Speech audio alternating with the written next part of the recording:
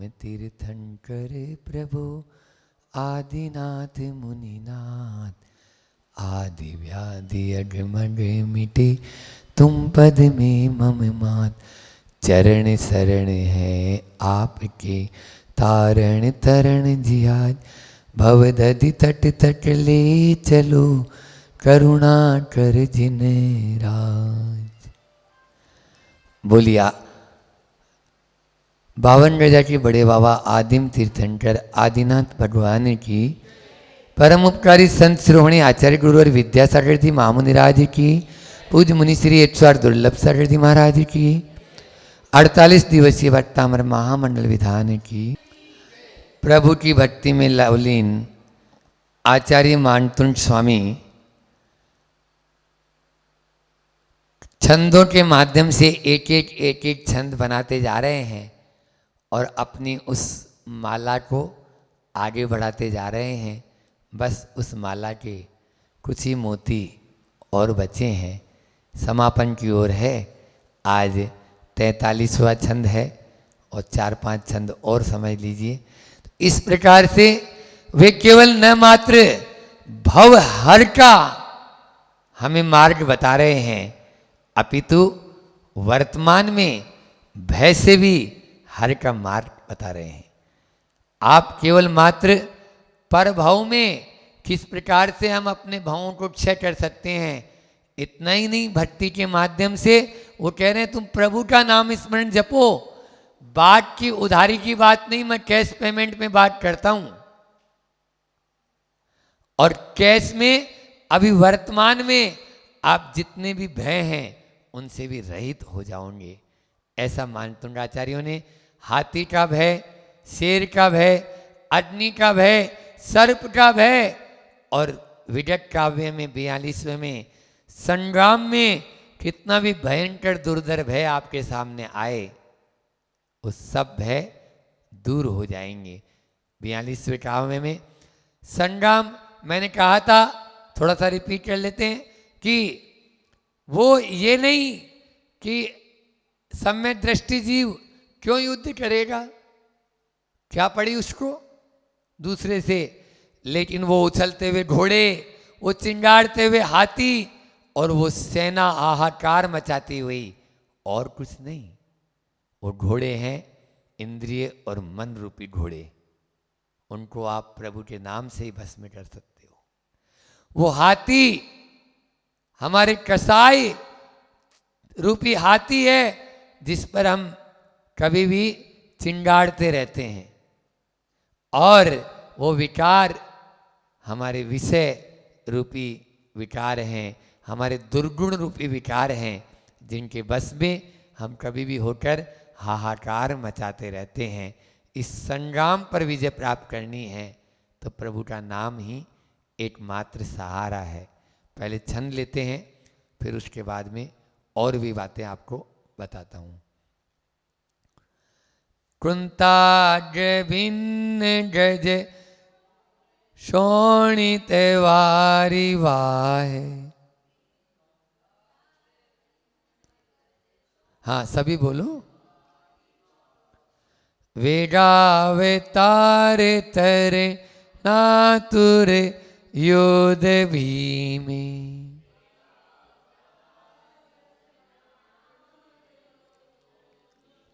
युद्धे जयम विजित दुर्जय जय पक्षास।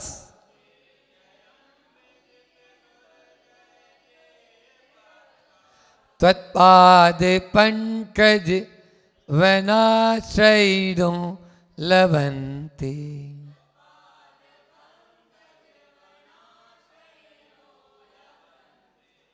ये आधा स है न, पक्षास, इस प्रकार से बोलना चाहिए। अपने जहाँ पर भी जो आधा स होता है वो अगले श्लोक में चले जाता है। दूसरे काव्य में भी आता है न, सुरलोके नाथेश, क्योंकि वो विसर्ग है। आप वहाँ पर वहाँ स्तोत्रे बोलेंगे तो वो गलत बोलेगा, तोत्रे बोलेगा, वो तोत्रे नहीं। हाँ, तो बहुत सारी जगह है। तो अगली लाइन में जो आधा स है वो स्तोस्य या स्तोत्रे नहीं बोलेगा। यहाँ पर भी स्तवत्पाद ऐसा बोलेंगे तो वो नहीं जमेगा और वो गलत उच्चारण हो जाएगा। दुर्जय जे पक्षास लिखा हुआ भले ही आगे वाली लाइन में है, लिखा हुआ भले ही आगे वाली लाइन में है, लेकिन आगे वाली लाइन से उसका कोई संबंध नहीं है, वो विसर्ग का हुआ था। इस प्रकार से ये आधा जो स होता है उसको हम पहले वाले लाइन में ही बोल के बोलें तो वो उच्चारण भी आपको अच्छा रहेगा और अर्थ भी उसका गंभीर और सही निकलेगा। फिर उसके बाद में आप एक एक शब्द का अर्थ देखते हैं। पहले संधि विच्छेद करना चाहें तो संधि विच्छेद कर लें आप लोग कि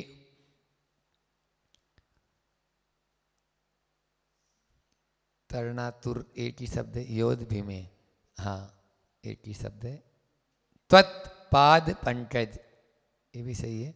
युद्धे जयम बहुत कठिन शब्द नहीं है इसमें। वना श्रेणो ये वना शहीण शब्द हो जाएगा और ओकार हो गया विसर्ग का।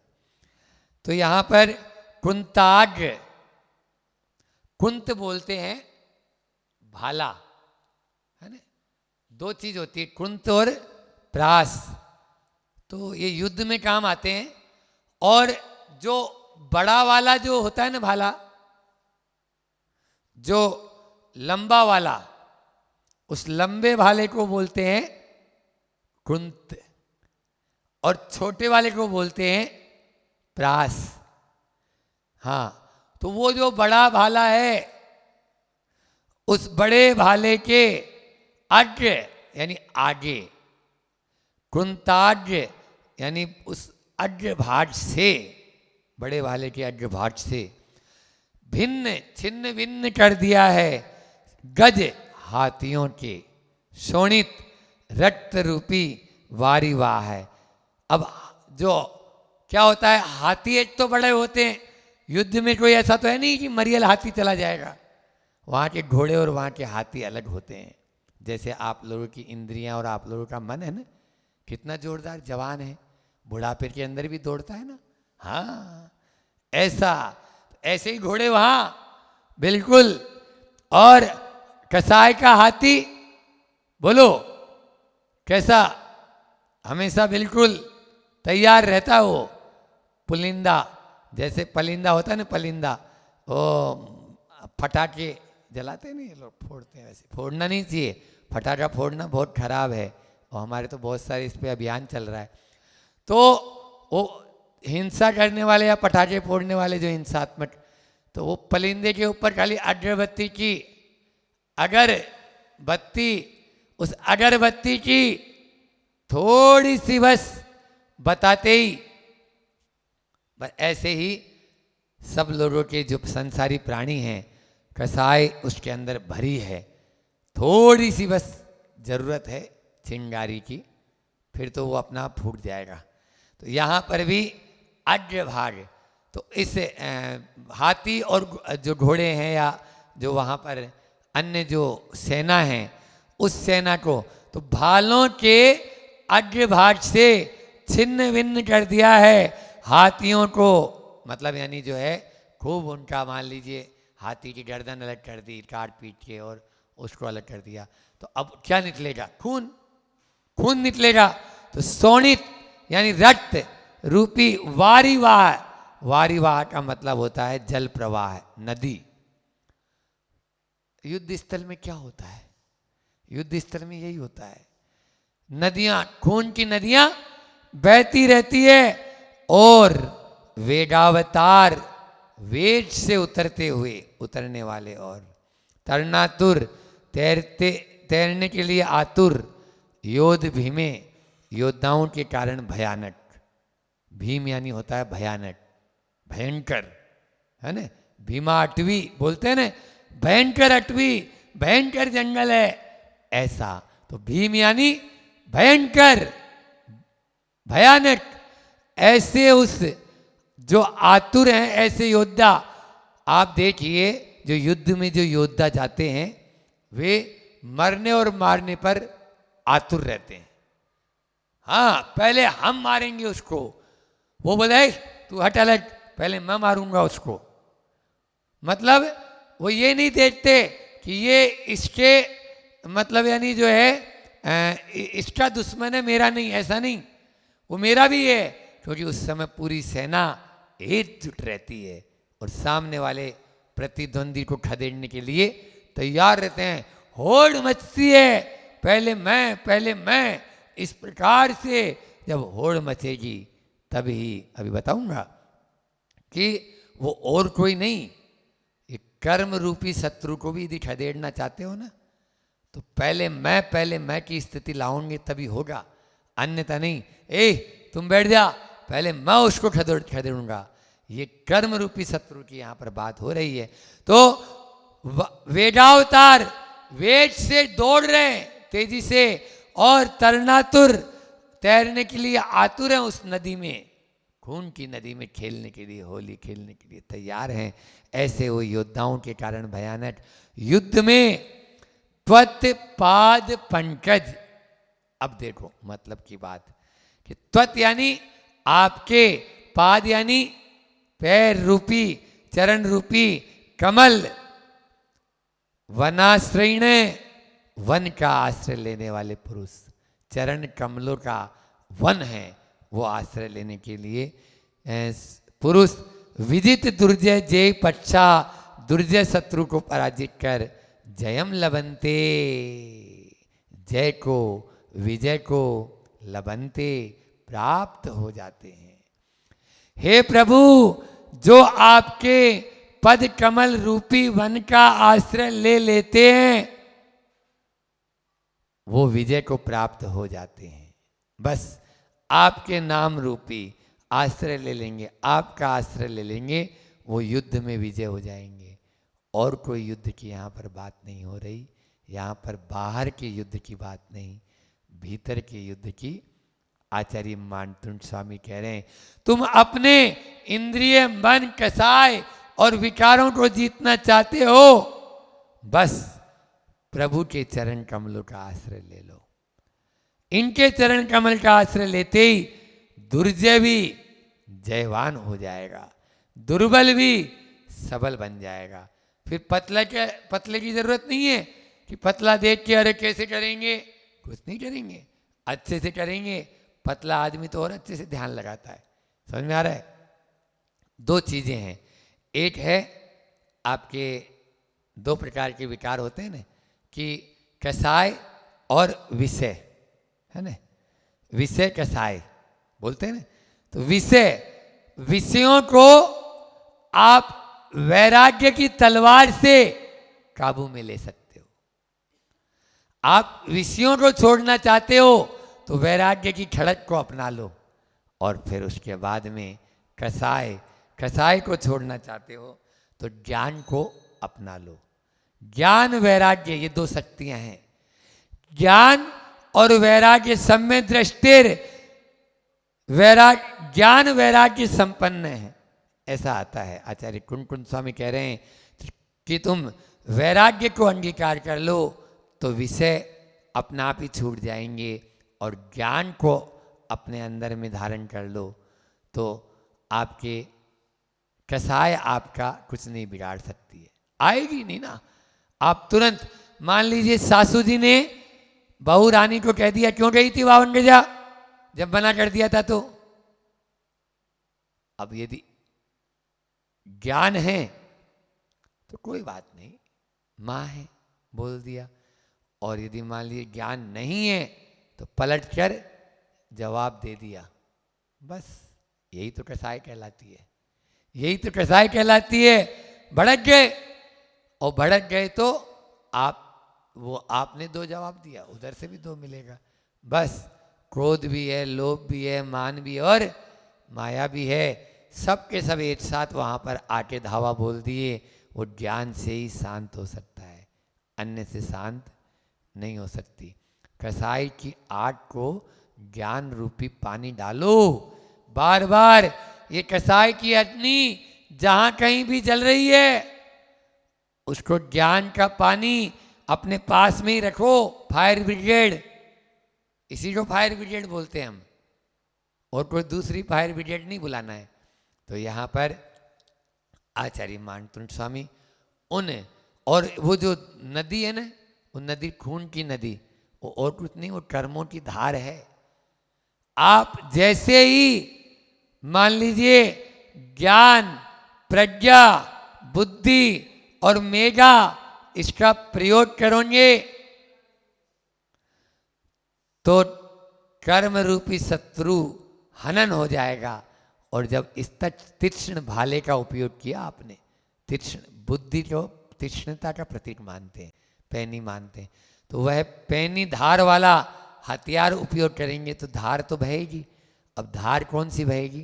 कर्म। तो कर्म अपना मैदान छोड़कर भाग जाएंगे उन कर्म रूपी मैदानों को।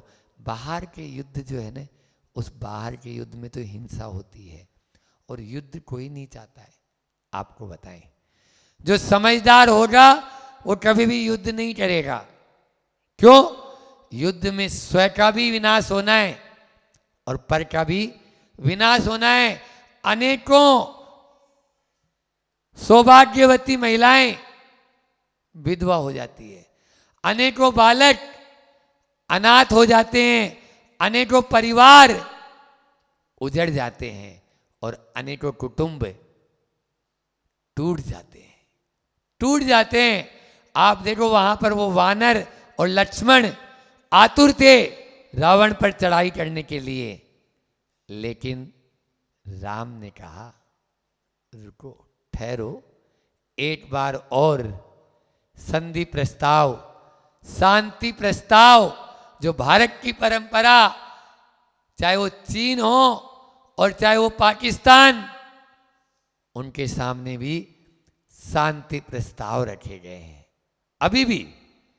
अभी भी रखते हैं कि भैया कोई बात नहीं, क्यों तू उधर से गोला चलाएगा, हम इधर से गोले दागेंगे, कोई मतलब नहीं है, जन और धन और सब स्वाह हो जाएगा, कोई नहीं।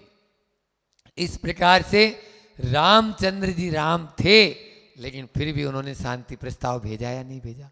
बोलो।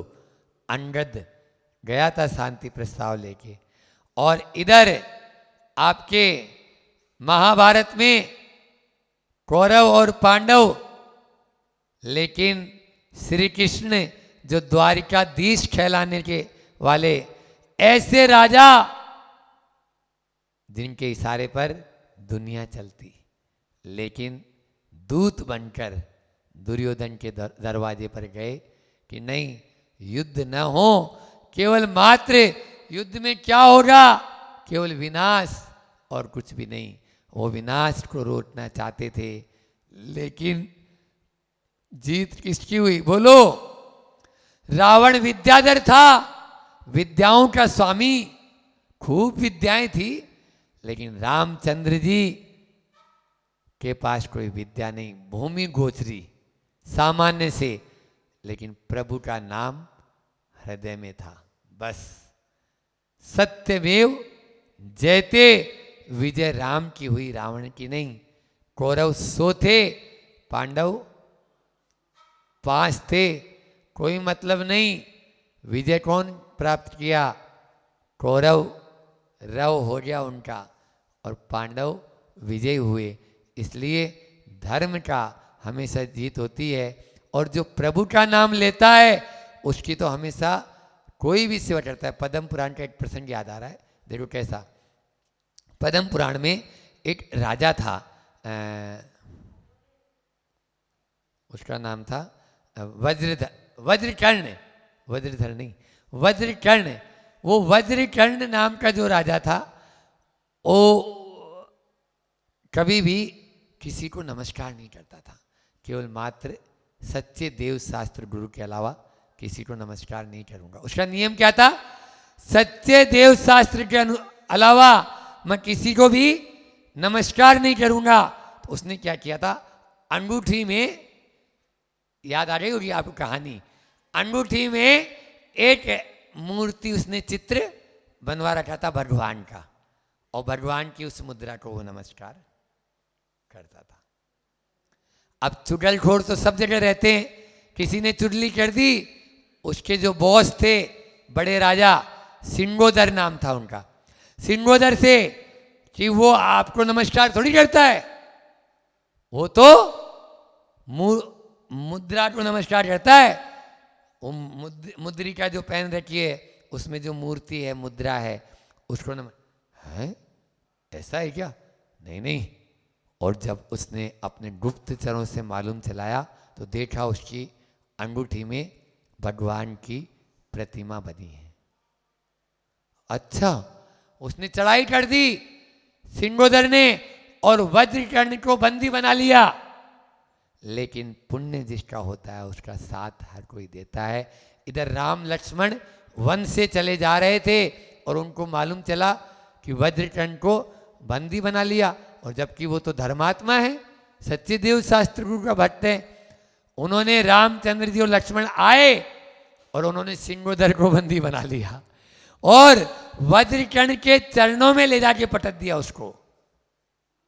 तब वज्रकर्ण सिंगोदर बोलता है, मुझे क्षमा करना, मुझे नहीं मालूम था प्रभु के नामस्मरण, प्रभु के दर्शन, प्रभु के वीतराग छवि में इतनी ताकत भी होती है। ये है उदाहरण, ये पद्म पुराण में पढ़ो तो आप, हाँ ये प्रसंग है। तो इस प्रकार से ये जो भी प्रभु का नाम लेगा बाल भी उसका बाटा नहीं होगा। इस प्रकार से प्रभु के, देखो यहां पर एक और बात इस छंद में, तत्पाद पंकज वनाश्रयण, तो मेरा दिमाग काम किया कि पाद पंकज वनाश्रयण है, वन का आश्रय लेते हैं, ऐसा तो कोई है नहीं, कौन सा वन?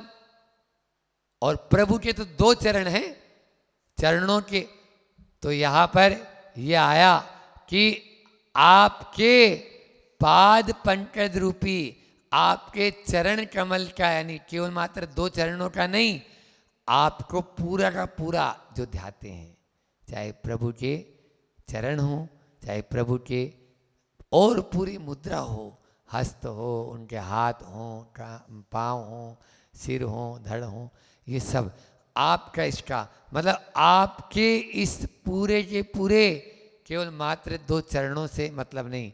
और दो चरणों का लेना चाहते हो तो फिर मैं दूसरा अर्थ बताता हूं, वो है चरण क्या होते हैं? चारित्र के प्रतीक होते हैं। चरण चारित्र के प्रतीक हैं, और चारित्र दो प्रकार का है, व्यवहार चारित्र और निश्चय चारित्र। निश्चय चारित्र का कोई भेद नहीं होता, व्यवहार चारित्र के दो भेद हैं, प्रवृत्ति मूलक और निर्वृत्ति मूलक। अभी हम जो प्रवचन कर रहे हैं, ये कर रहे हैं, ये सब प्रवृत्ति मूलक है। और मान लीजिए हाथ पे हाथ धर के ध्यान में शुद्ध उपयोग की भूमि में चले गए, ये निर्वृत्ति मूलक। ये दोनों ही चारित्र आपके उन कर्म रूपी शत्रुओं को पछाड़ सकते हैं। और उसमें भी मोह सबसे बड़ा बलवान है, मिथ्यात्व सबसे बड़ा बलवान है। तो मोह रूपी या मिथ्यात्व रूपी राजा को पछाड़ना चाहते हो, सबसे पहले उसी को ही अलग किया जाता है। हाँ, मारो, आप लोग हिंसा ही नहीं करते हो, मैंने बोला था अभी उस दिन भी, हिंसा करो लेकिन दूसरे को नहीं, अपने को मारो। दूसरे को मारने से कुछ मिलने वाला नहीं। अपन अपने मन को मारकर उन कर्म रूपी शत्रुओं पर विजय प्राप्त कर सकते हैं। आप कसाय और इंद्रियों पर, मन पर विजय प्राप्त करना चाहते हैं तो इसको तो आपको लेना ही होगा। इसलिए साथ ही से पुण्य का हेतु भी धवला, जय धवला, इनमें भी प्रभु के नाम नमोकार मंत्र जपते रहो। जब कभी फ्री बैठे हो, सुन रहे हो, बड़वा, हाँ, नमोकार मंत्र सबसे बड़ा मंत्र। इसके माध्यम से आप अपने उस लक्ष्य को प्राप्त कर सकते हैं। और यहाँ पर इस छंद में एक बात और, पाद पंकज, तत्पाद पंकज, आपके चरण रूपी कमल। तो यहाँ पे यानी ये रूपक अलंकार है। पाद पंकज जो है वो रूपक, दो तरह के अलंकार होते हैं, उपमा अलंकार और रूप अलंकार। तो रूपक अलंकार यहाँ पर आपके पाद पंकज रूपी चरणों के आश्रय लेकर। और दूसरा है जैसे उपमा अलंकार और भी अलंकार बहुत सारे होते हैं। तो यहाँ पर इस प्रकार से आचार्य मार्तंड स्वामी ने हमें वह मार्ग बताया इन दोनों छंदों में, चाहे वो 42वां था और ये 43वां है।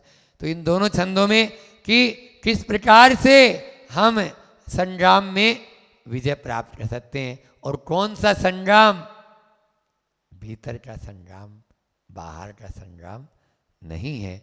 इसका पद्यानुवाद और ले लेते हैं। रण में भालों से वेदित गज, तन से बहता रक्त अपार, वीर लड़ाकू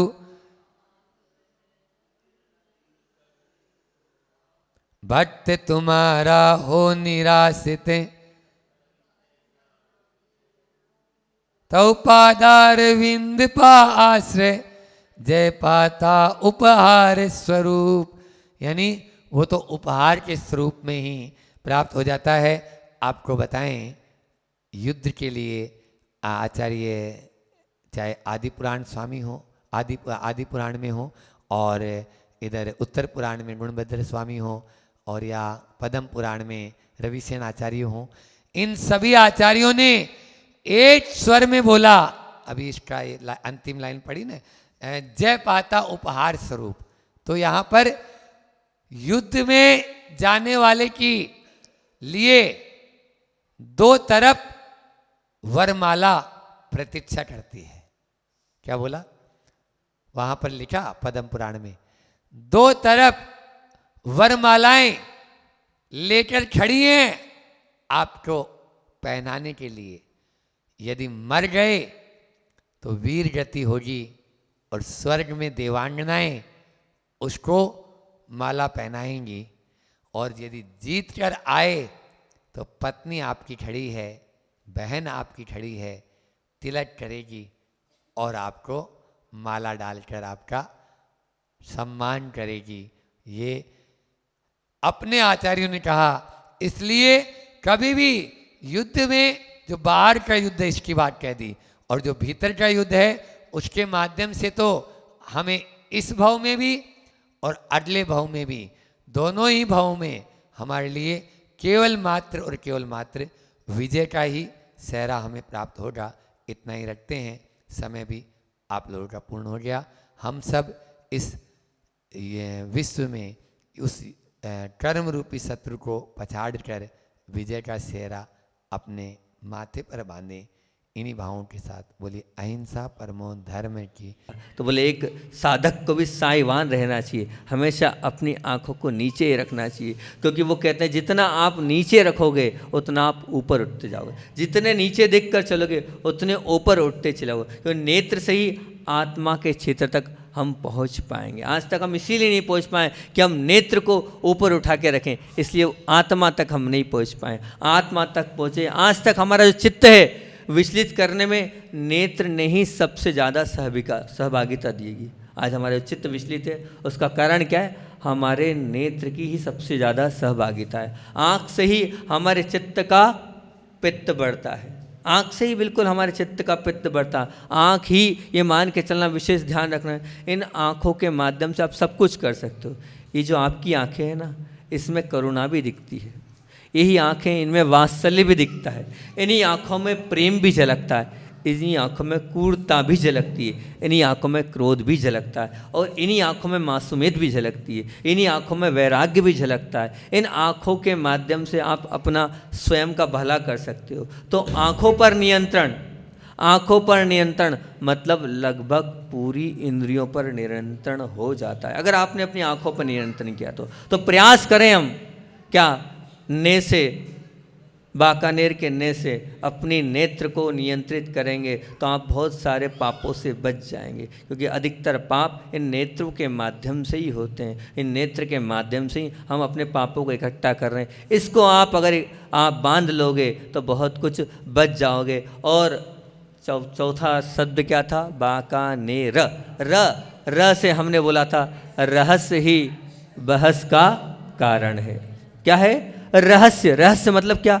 रहस्य से तात्पर्य छुपाना, छुपाना ही हमारे जीवन में कष्टों को दिलाना वाला है। बिल्कुल जो कष्ट आ रहे हैं हम जो छुपा रहे हैं उसके कारण है। छुपाने से तात्पर्य हम जो कर रहे हैं उसमें कम से कम अपने वालों से तो ना छुपाओ, सबसे छुपाओ, लेकिन जो आप कर रहे हो वो कभी अपने वालों से नहीं, क्योंकि आप जो कर रहे हो आज नहीं तो कल अवश्य ही पता चलेगा। कि आप पत्नी से छुपा पाओगे जो छुप छुप के पाप कर रहे हो? नहीं, आज नहीं तो कल पत्नी जान ही पाएगी। और जब अगर और कोई दूसरा भी कोई पाप कर रहा है तो बिल्कुल, अगर आज झगड़े का, बहस का, विवाद का, लड़ाई का कारण ये है कि हम कर तो रहे हैं लेकिन अपने वालों को बता के करें तो बहुत अच्छी बात है। रहस्य सबको नहीं बताओ, बहुत अच्छी बात, लेकिन अपने वालों को तो अवश्य बताओ।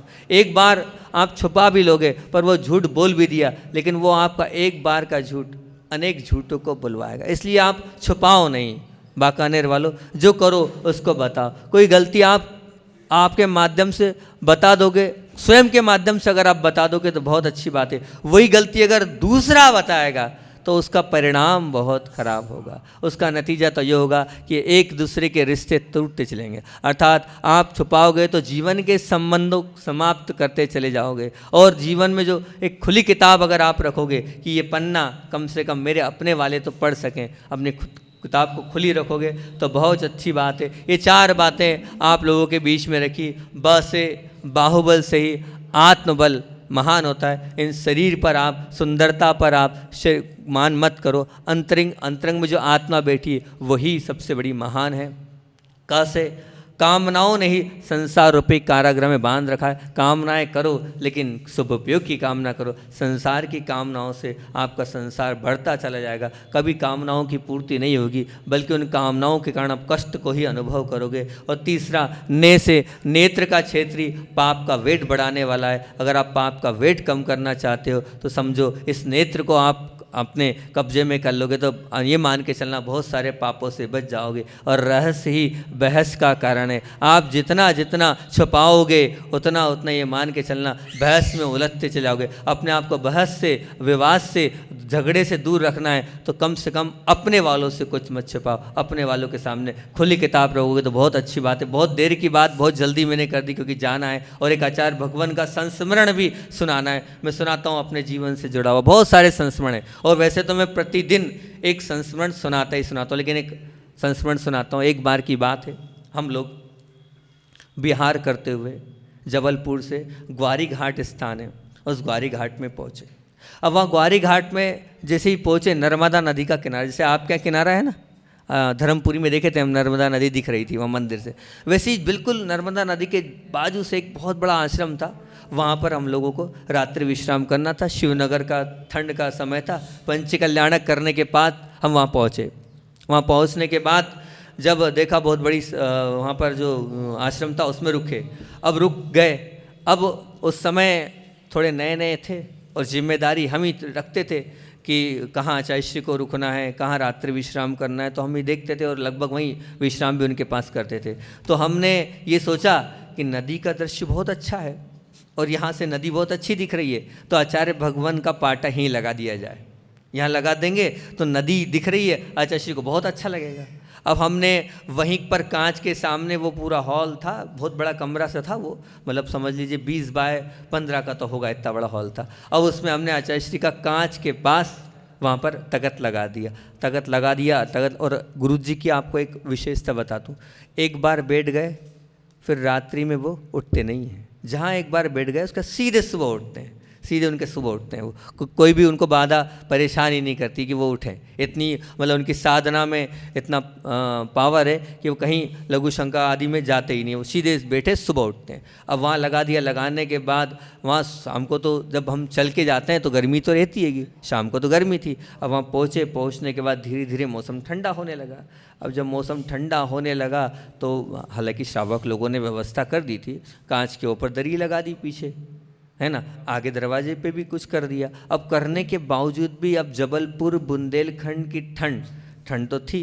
अब हमारी 9 साढ़े 9 बजे 10 बजे जो है लेटने की आदत, लेटे, लेकिन क्या करें, नींद ही नहीं आ रही है, इतनी ठंड। काँप रहे हैं हम, 11 साढ़े 11 तक काँपते रहे, फिर भी नींद नहीं आ रही है। क्या करें भैया, कुछ समझ में नहीं आ रहा है। फिर आगे बढ़े हम, मतलब 12 बज गए, अब सहन नहीं हो रहा है, कोई ना कोई को बुलाते हैं, अपने पाटे के पास प्लाई लगाते हैं। अभी हम अपनी चिंता कर रहे हैं, गुरुजी की चिंता तो दूर की बात। जबकि कायदा ये है कि गुरुजी की पहले चिंता करनी चाहिए थी, लेकिन हम नए नए थे, इतनी समझ नहीं थी। अब 12 बजे हम बाहर गए। बाहर जाने के बाद देखा कोई एक व्यक्ति सोया था। अब उसको हम आवाज़ दे रहे हैं, हूँ कर रहे हैं, अब बोल तो सकते नहीं है, रात्रि में बोला थोड़ी जाता हैगा, तो अब हूँ कर रहे हैं, वो उठ ही नहीं रहेगा।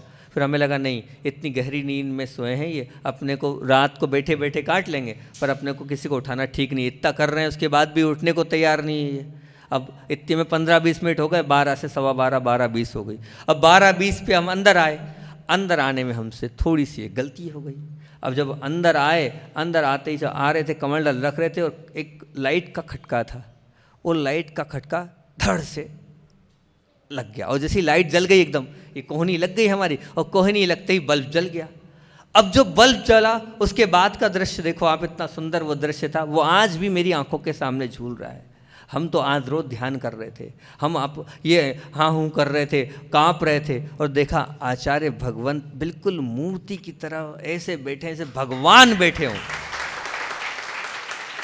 उसको देख के मेरे रोम रोम पुलकित हो गए कि देखो मैं युवा होने के बावजूद भी काँप रहा हूँ, और आचार्य श्री तो ऐसे बैठे, हिल भी नहीं रहे, बल्कि भगवान बैठे हुए। उनके चेहरे पे ऐसी प्रसन्नता झलक रही थी, आंखें बंद थी उनकी। अब मुझे लगा लाइट जल गई, क्या करना है, बंद तो करेंगे नहीं अपन, और बंद करना हम बंद थोड़ी करते हैं, लाइट चालू करते हैं। अब वो हो गई, अब उसका तो प्रायश्चित लेना ही पड़ेगा। फिर हमने कहा अब तो वापस चलो, हम वापस गए। अब पीछे लगाकर और हाथ से हिलाकर उस व्यक्ति को हमने उठा लिया, रजाई ओढ़े हुए था वो, बढ़िया उठाया उसको, भैया चल अंदर चल। अंदर चलने के बाद जो है लाइट को हमने बंद कराया। बंद कराने के बाद फिर हम सुबह सुबह आचार्य श्री के पास जब आवर्त करके आचार्य श्री पास पहुँचे प्रायश्चित लेने, कि आचार्य भगवान रात को ऐसा ऐसा हो गया था और ऐसे लाइट जल गई थी।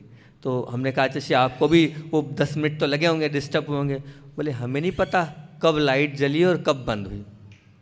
मैंने हमें नहीं पता कब लाइट जली और कब बंद हुई। ये ऐसा आत्मा का ध्यान होता है, इसमें भान नहीं होता है कि बाहर में क्या चल रहा है। और उस वक्त हमें ये लगा कि देखो हम भी मुनिराज थे, वे भी मुनिराज थे, लेकिन हमने आफा तफरी करते रहे, हाँ हूँ करते रहे और ठंड करते रहे। और आचार्य श्री ने, मैंने आचार्य श्री से पूछा लेकिन आपको भी तो ठंड लग रही होगी। बोले हाँ लग रही थी। तो फिर आप क्या कर रहे थे? बोले कुछ नहीं, लग तो रही थी, हमने तो ये चिंतन चालू किया समय सार का, और समय सार की गाथाओं का वाचन चलता रहा पूरा समय सार। आज तो हमारा पूरा समय सार लग गया, शुरू से लेकर पूरी आखिरी 450 गाथाओं का पूरा रिवीजन आज हमारा हो गया, और रोज़ की अपेक्षा और आनंद आया, आज तो बहुत आनंद आया। हमने कहा चाची प्रायश्चित, बोले विकल्प नहीं करो, और बड़े मुस्कुराते हुए उन्होंने आशीर्वाद दिया। और हमने देखो क्या किया, हमने कितने पाप बांधे होंगे और उन्होंने कितने पुण्य कर्मों की लड़ी समाप्त करी। इसीलिए वो हमारे महान आचार्य भगवान ने बोली, आचार्य भगवान विद्यासागर जी महामुनि राज की